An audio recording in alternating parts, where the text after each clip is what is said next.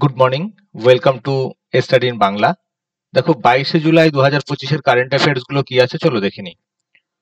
প্রথম প্রশ্নটা যেটা আছে, এন্ডেঞ্জার্ড প্লান্ট কনজারভেশন প্রোগ্রাম, বিপন্ন উদ্ভিদ সংরক্ষণ প্রোগ্রাম কোন রাজ্য শুরু করেছে বা কোন রাজ্যে শুরু হয়েছে?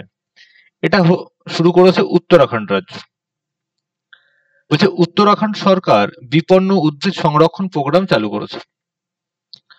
এই সরকার হিমালয়ান অঞ্চলে অতি বিপন্ন প্রায় 14টি উদ্ভিদ প্রজাতিকে সংরক্ষণ করার জন্য এবং তাদের পুনরুজ্জীবিত করার জন্য এই প্রোগ্রামটি চালু করেছে। 14টি বিপন্ন প্রায় প্রজাতি IUCN এর ক্রিটিক্যাল এন্ডেঞ্জার্ড এবং এন্ডেঞ্জার্ড লিস্টে নথিভুক্ত করা হবে এই প্রোগ্রামের মাধ্যমে। এই প্রোগ্রামটি উত্তরাখণ্ডের ফরেস্ট ডিপার্টমেন্ট দ্বারা পরিচালিত হচ্ছে। এই প্রোগ্রামে কি আছে, উদ্দেশ্যটা কি? 14টা বিশেষ প্রজাতির উদ্ভিদকে হিমালয়ান অঞ্চল থেকে নিয়ে এসে বৈজ্ঞানিক ল্যাবে 4 বছর পর্যন্ত রিসার্চ করা হবে, তাদের বড় করা হবে এবং পরবর্তী সময়ে তাদের পুনরায় হিমালয়ান অঞ্চলে স্থাপিত করা হবে। এই রিসার্চের মাধ্যমে কি হবে, এই সব উদ্ভিদের ডিএনএ এবং তাদের সমস্ত কিছু সংরক্ষণ করা হবে এবং পরবর্তীকালে যদি প্রয়োজন হয় তাহলে এগুলোর ব্যবহার করে এই ধরনের উদ্ভিদের নতুন নির্মাণ সম্ভব এবং এদের রক্ষণ করা সম্ভব হবে। দেখো IUCN এটা কি? এটা একটা international union for conservation of nature, প্রকৃতির কনজারভেশনের জন্য একটা ইউনিয়ন, আন্তর্জাতিক ইউনিয়ন। এটি একটি আন্তর্জাতিক সংস্থা যা প্রকৃতি এবং প্রকৃতির বিভিন্ন উপাদানকে সংরক্ষণের কাজ করে। এটি 1948 সালে তৈরি হয়েছে। এই IUCN রেড ডেটা বুকটা জারি করে। রেড ডেটা বুকে কি আছে? রেড ডেটা বুকে পৃথিবীর যে সমস্ত প্রাণীগুলো বিপন্ন প্রায় তাদের লিস্ট করা হয় এবং যেগুলো বিপন্ন হয়ে গেছে সেগুলোকেও এই বুকে লিস্ট করা হয় এবং জারি করা হয়। পরের প্রশ্ন দেখো, বলছে দা কাঞ্চামটা পেনিনসুলা যা রাশিয়ায় অবস্থিত দুটি বৃহৎ জলরাশিকে আলাদা করে। এই দুটি জলরাশির নাম কি? এগুলির নাম কি? এগুলি বলতে জলরাশি দুটো, এই দুটো বৃহৎ জলরাশির নাম। এটা হচ্ছে বেরিং প্রণালী, যেটা প্রশান্ত মহাসাগর এবং ওকটাক্স সাগর, এই দুটো জলরাশিকে আলাদা করে থাকে।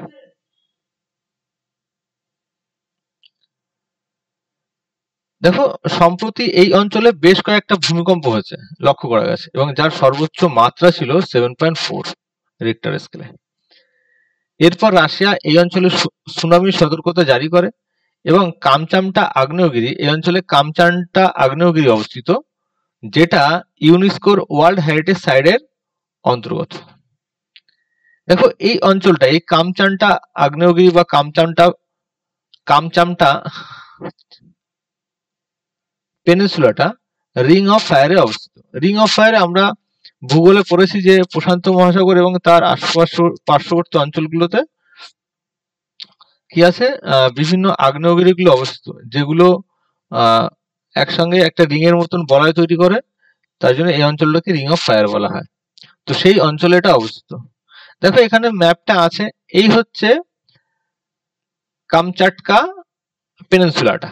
এই কামচাটকা পেনিনসুলার এই উত্তর দিকটায়, উত্তর পূর্ব বলতে পারো, এই দিকটা আছে প্রশান্ত মহাসাগর এবং এইটা হচ্ছে ওকটাক্স সাগর, আর বেরিং প্রণালীটা কিন্তু এইটা, ঠিক আছে? তো আলটিমেটলি এটা প্রশান্ত মহাসাগর এরিয়াকেই আলাদা করছে। পরের প্রশ্ন বলছে অদিতি চৌহান অবসর গ্রহণ করেছেন, ইনি কোন খেলার সাথে যুক্ত ছিলেন? অদিতি চৌহান একজন ভারতীয় ফুটবলার, গোলকিপার, যিনি ফুটবল খেলতেন এবং সম্প্রতি অবসর গ্রহণ করেছেন। দেখো অদিতি চৌহান একজন ফুটবলার, 17 বছর ক্যারিয়ারে তিনি ভারতীয় টিমের সঙ্গে যুক্ত ছিলেন। তিনি প্রথম প্লেয়ার বানানটি একটু অন্যরকম আছে, দেখে নিও, যিনি ইউরোপের কোন ক্লাবের ফুটবল খেলেছেন। প্রথম ভারতীয় মহিলা প্লেয়ার যিনি ইউরোপ ক্লাবে ফুটবল খেলেছেন। ইনি চেন্নাই, তামিলনাড়ু থেকে আসেন, বিলং করেন। 3 বার এটা সাফ ওমেন্স চ্যাম্পিয়নশিপ বিজয়ী দলের প্লেয়ার হিসেবে অংশগ্রহণ করেছিলেন খেলায়। সাউথ এশিয়ান গেমসে গোল্ড মেডেল পেয়েছেন এবং 2015 সালে এশিয়ান ফুটবল অ্যাওয়ার্ড ইনি জিতেছেন। পরের প্রশ্ন ফিডা মহিলা বিশ্বকাপ 2025 এর সেমিফাইনালে পৌঁছানো ভারতের প্রথম মহিলা প্লেয়ার কে হলেন? এটা কি হলেন কোনরু হাম্পি। কোনরু হাম্পি অন্ধ্রপ্রদেশের প্লেয়ার। কোনরু হাম্পি ভারতের সপ্তম গ্র্যান্ডমাস্টার। এবং প্রথম মহিলা গ্র্যান্ডমাস্টার হচ্ছে কোনরু হাম্পি, অন্ধ্রপ্রদেশের বাসিন্দা। 2003 সালে অর্জুন পুরস্কার পেয়েছে এবং 2007 সালে পদ্মশ্রী পুরস্কার পেয়েছেন। এই যে আছে কোনরু হাম্পি। দেখো ফেডা আমরা জানি একটা রেগুলেটরি বডি, ওয়ার্ল্ডের চেস টুর্নামেন্টের রেগুলেটরি বডি। তো এর ওমেন চ্যাম্পিয়নশিপটা এটি শুরু হয় হচ্ছে 2021 সালে, প্রতি 2 বছর অন্তর খেলা হয়। এই টুর্নামেন্টে অংশ নেওয়ার জন্য ওয়ার্ল্ড টেস্ট চ্যাম্পিয়নশিপ কোয়ালিফাই করতে হয়, তবেই ওয়ার্ল্ড কাপ খেলতে পারে একজন। 2025 সালে মানে এবছর জর্জিয়ার বাটুমি শহরে অনুষ্ঠিত হচ্ছে। এটা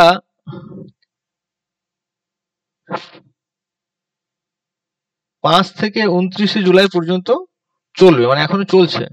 ভারতের 9 জন মহিলা এই টুর্নামেন্টে অংশগ্রহণ করেছেন। পরবর্তী প্রশ্ন, আগামী 3টি টেস্ট ওয়ার্ল্ড চ্যাম্পিয়নশিপ এর ফাইনাল কোন দেশে অনুষ্ঠিত হবে? দেখো টেস্ট চ্যাম্পিয়নশিপ আমরা জানি এবছর অনুষ্ঠিত হয়েছিল, যেটা সাউথ আফ্রিকা এবং অস্ট্রেলিয়ার মধ্যে খেলা হয়েছিল ইংল্যান্ডে লর্ডসে। তো সেখানে সাউথ আফ্রিকা জিতে গেছে। তো এই আগামী 3টে টেস্ট চ্যাম্পিয়নশিপ কোথায় অনুষ্ঠিত হবে? আইসিসি জানিয়ে দিয়েছে যে আগামী 3টে টেস্ট চ্যাম্পিয়নশিপ এটা ইংল্যান্ডে অনুষ্ঠিত হবে। আগামী 3টে বলতে 2027, 2029 এবং 2031। আমরা জানি টেস্ট চ্যাম্পিয়নশিপ 2 বছর ধরে হয়। প্রথম 2019 সালে খেলা হয়েছে, যার ফাইনাল হয়েছিল 2021 সালে। কাদের মধ্যে হয়েছিল? জিতেছিল কারা? New Zealand versus India. ইন্ডিয়া হেরে গেছিল।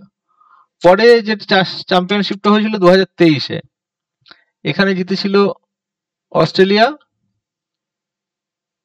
ইন্ডিয়া এখানেও রানার্স হয়েছিল।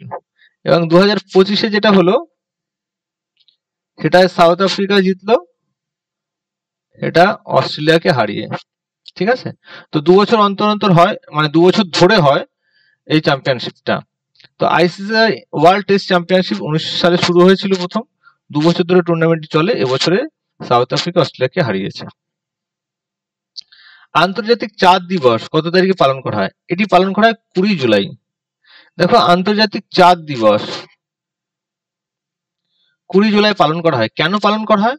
বলছে অ্যাপোলো 11 মিশন দ্বারা 1969 সালে 20 জুলাই তারিখে প্রথম মানুষ চাঁদে পা দিয়েছিল। তো সেই দিনটাকে স্মরণ করার জন্য এই দিনটা ইন্টারন্যাশনাল চাঁদ দিবস, আন্তর্জাতিক চাঁদ দিবস হিসেবে পালন করা হয়।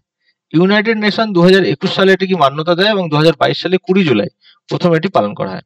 এবছর মানে 2025-এর থিম কি ছিল? One moon, one vision, one future. ঠিক আছে, পরের প্রশ্ন দেখো। এই যে একটা ছবি আছে। পরের প্রশ্ন, কোন bank net zero banking alliance থেকে বেরিয়ে গেছে? এটা গেছে হচ্ছে এইচএসবিসি। এইচএসবিসির ফুল ফর্ম হচ্ছে the Hong Kong and Shanghai bank corporation. নামটা শুনে চাইনিজ মনে হলে এটা কিন্তু ইউকের ব্যাংক।